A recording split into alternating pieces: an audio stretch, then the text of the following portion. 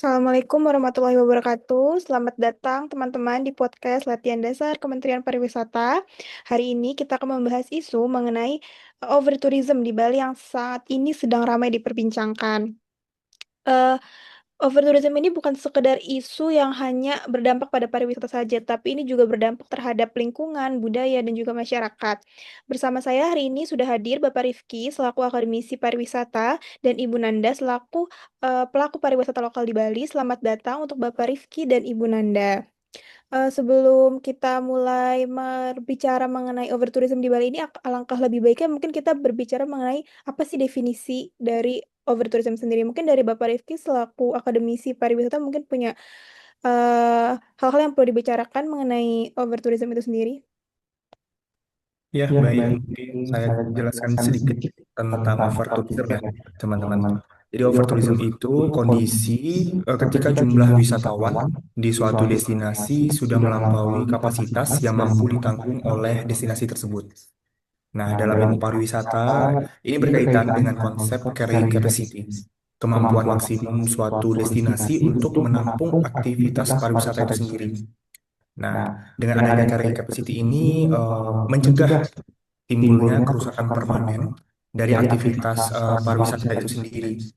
Nah, di fenomena overtourism ini sendiri, konsep carrying capacity ini tidak berjalan dengan baik. Jadi overtourism ini bukan hanya soal tentang terlalu banyak turis, tapi bagaimana jumlah turis itu menimbulkan tekanan yang serius pada lingkungan, masyarakat, dan sosial seperti itu. Saya juga memberikan sedikit penjelasan terkait dengan mass tourism dan overtourism karena banyak anggapan bahwa dua konsep ini merupakan hal yang sama. Padahal sebenarnya ini dua konsep yang berbeda. Mass tourism itu lebih ke gaya berwisata secara massal, diakibatkan berbagai faktor seperti murahnya paket tour, lalu kemampuan infrastruktur yang memadai dan popularitas destinasi. Nah, hubungan keduanya ini apa? Overtourism itu terjadi ketika mass tourism itu tidak terkendali. Jadi mass tourism itu belum tentu overtourism jika dikelola dengan baik. Seperti itu. Oh, berarti overtourism sendiri bisa disebabkan oleh mass tourism itu sendiri ya Bapak Rifki ya. Lalu kenapa Bali ini bisa disebut sebagai daerah yang mengalami overtourism? Apakah ada tanda-tandanya sendiri mungkin Pak Rifki? Iya, seperti yang kita ketahui ya teman-teman ya, bahwa Bali ini itu istimewa. Jadi Bali ini menjadi ikon pariwisata Indonesia secara langsung dan tidak langsung seperti itu.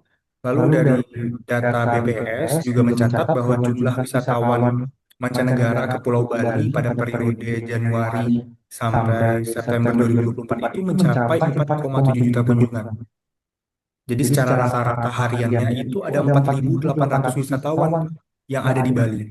Bandingkan dengan luas Pulau Bali yang tidak terlalu besar, jadi ini sangat banyak sekali. Akibatnya infrastruktur itu jadi kewalahan. Bayangin aja 4.800 wisatawan ini tersebar di bandara, terminal, dan pelabuhan.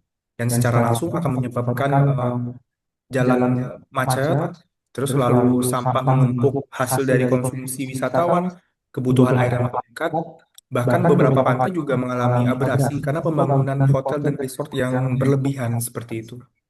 Oh, baik, baik, baik. Mungkin sekarang saya ingin beralih ke Bu Nanda. Sebagai pelaku pariwisata lokal, apa sih Bu yang paling terasa di lapangan itu sendiri? Oke, jadi dampak yang paling nyata yang bisa dirasakan itu yang pasti kemacetan sih. Jadi di beberapa daerah, misalnya di Kuta, Seminyak, dan Canggu, itu perjalanan dengan jarak 5 kilometer aja bisa memakan waktu tempuh hampir 1 jam gitu. Nah, selain itu harga tanah di sana juga udah melonjak tinggi ya, karena semakin banyak pebisnis yang mendirikan usaha. Nah, efeknya banyak warga lokal yang akhirnya tuh menjual tanahnya karena tergiur. Tapi lama-lama mereka bisa kehilangan ruang hidup kalau dibiarkan.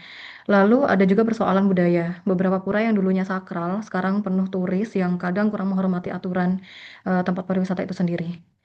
Gitu. Oh, jadi masyarakat lokal sendiri itu ya Bu yang paling terdampak ya Bu. Betul, ada juga manfaat ekonomi juga sih. Nah, tapi distribusinya di sini saya rasa kurang merata ya. Jadi masih banyak keuntungan yang dinikmati investor besar, sementara dari warga lokalnya sendiri seringnya hanya menjadi pekerjanya aja gitu. Oke. Lalu untuk Bapak Rifki sendiri, fenomena overtourism ini kan tidak hanya terjadi di Indonesia ya Pak ya. Lalu Ada nggak sih contoh negara lain yang pernah mengalami hal serupa gitu? Ya, kalau untuk fenomena ini sendiri sebenarnya banyak terjadi di destinasi populer di dunia.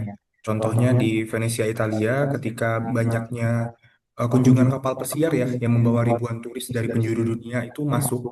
Jadi kota Venesia itu juga kewalahan sampai ada wacana untuk pelarangan kapal pesiar masuk. Ya, akhirnya pemerintahnya melakukan pembatasan jumlah kapal pesiar yang masuk setiap harinya seperti itu. Kalau di Indonesia sendiri ini juga pernah terjadi di Borobudur yang menyebabkan erosi atau aus ya pada batu candi, stupa dan relief candi seperti itu.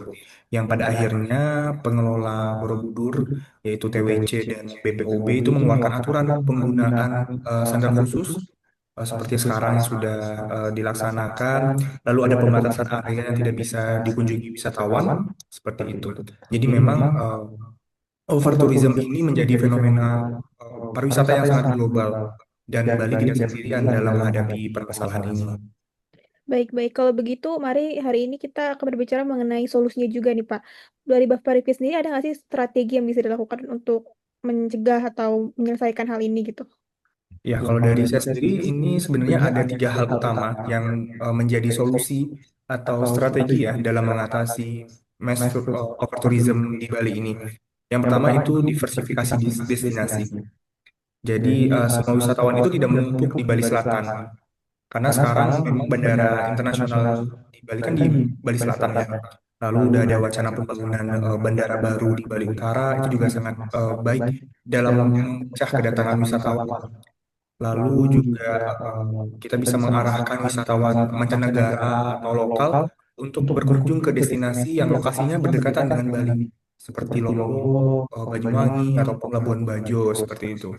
Lalu yang kedua, para stakeholder pariwisata itu harus bisa membuat regulasi tegas yang berbasis kuota di destinasi padat seperti Tanah Lot, Uluwatu, ataupun Nusa Penida seperti itu.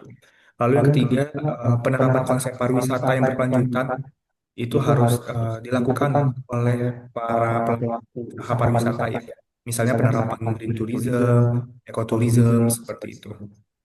Oke, mungkin bisa saya tambahkan juga ya. Jadi wisata bisa berbasis yang komunitas based tourism itu juga penting. Contohnya di Desa Panglipuran. Nah, di sana wisatawan itu bisa belajar budaya lokal, tinggal juga di homestay rumah warga yang masih terasa tradisional gitu ya. Dan turut juga menjaga kebersihan dari desa. Nah, model seperti ini lebih memberdayakan masyarakat saya rasa dan bisa mengurangi tekanan di daerah yang wisatanya itu padat seperti itu.